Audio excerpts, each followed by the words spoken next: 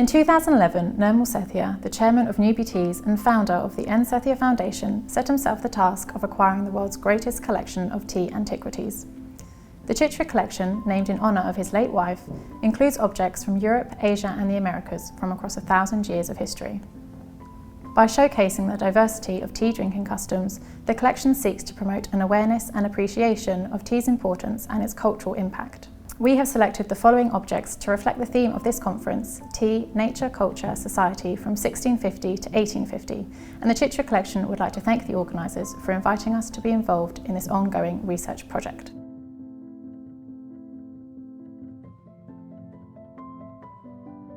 The teapot developed its shape from ewers and water droppers, with the first official teapot being recognised as the Yixing wares made in the Jiangsu province of China.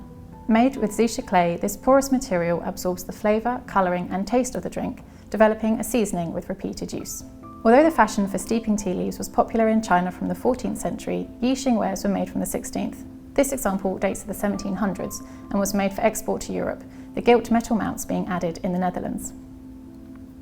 The export of these wares had a direct impact on the Dutch potters who worked to imitate the material, which in turn led to the creation of Butger stoneware in Saxony in the early 18th century and the secret to porcelain production being discovered in Europe.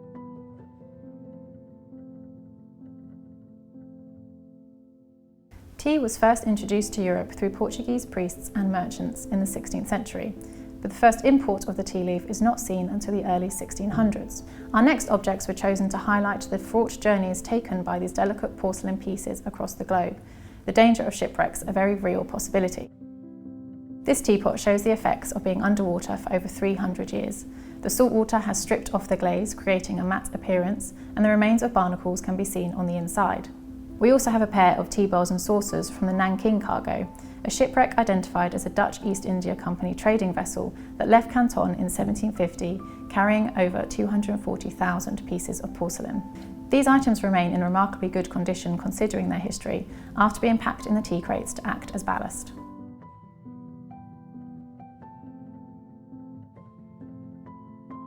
As export porcelain continued to arrive on European shores, it became increasingly fashionable to own a tea service bearing your family coat of arms. This teapot would originally have belonged to a much larger service, with some examples often comprising hundreds of porcelain pieces. The arms painted on the body belonged to William Webber, who from the years 1737 to 1751 was captain and later director of the British East India Company. These export teawares demonstrate the early trade between China and Britain and its direct importance in the establishment of tea as a beverage in Europe. As tea drinking grew in Britain, silversmiths began to respond to the demand for teawares, as export porcelain remained rare commodities that only the wealthy could afford. This teapot and stand by Thomas Holland I is an early style of pot in which the tea leaves are brewed in hot water over a burner.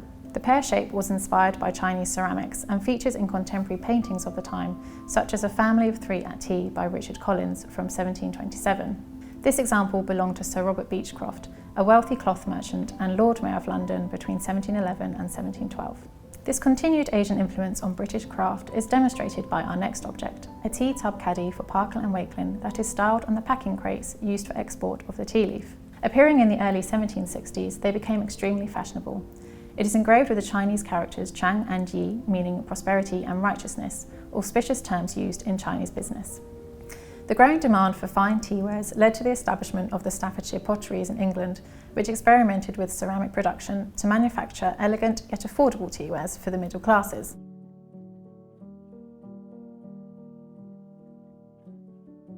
The Wedgewood Manufactory, founded in 1759 by Josiah Wedgwood, specialised in the production of innovative ceramics, which became coveted by households throughout the country. Wedgwood's success at developing British ceramics manufacture into an international industry saw him nicknamed the father of English potters, with the name still widely recognised today. This example typifies Wedgwood's technique of caneware, developed in the 18th century and directly inspired by Chinese examples produced under the Kangxi Emperor from 1662 to 1722.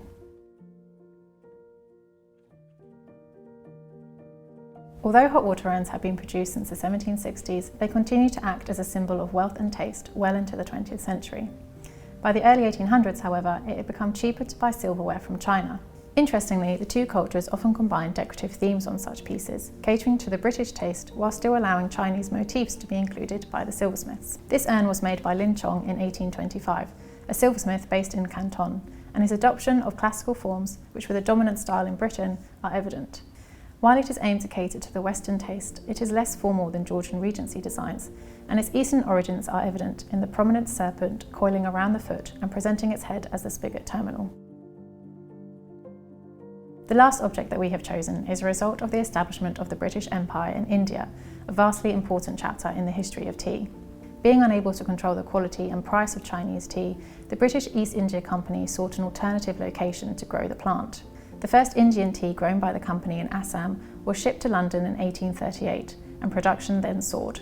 This tea caddy was made in Visakhapatnam, a busy trading port on the east coast of India, known for their luxury cabinet work.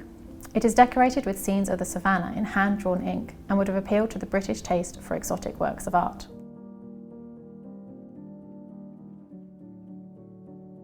The objects selected and presented to you today demonstrate how the technological innovations of Chinese material and decoration influenced British material output and continued to be moulded as the empire grew. They show the continuing connections and influence exerted by different nations and teawares, and the importance of trade in fashioning British tea culture in the 17th and 18th centuries and beyond.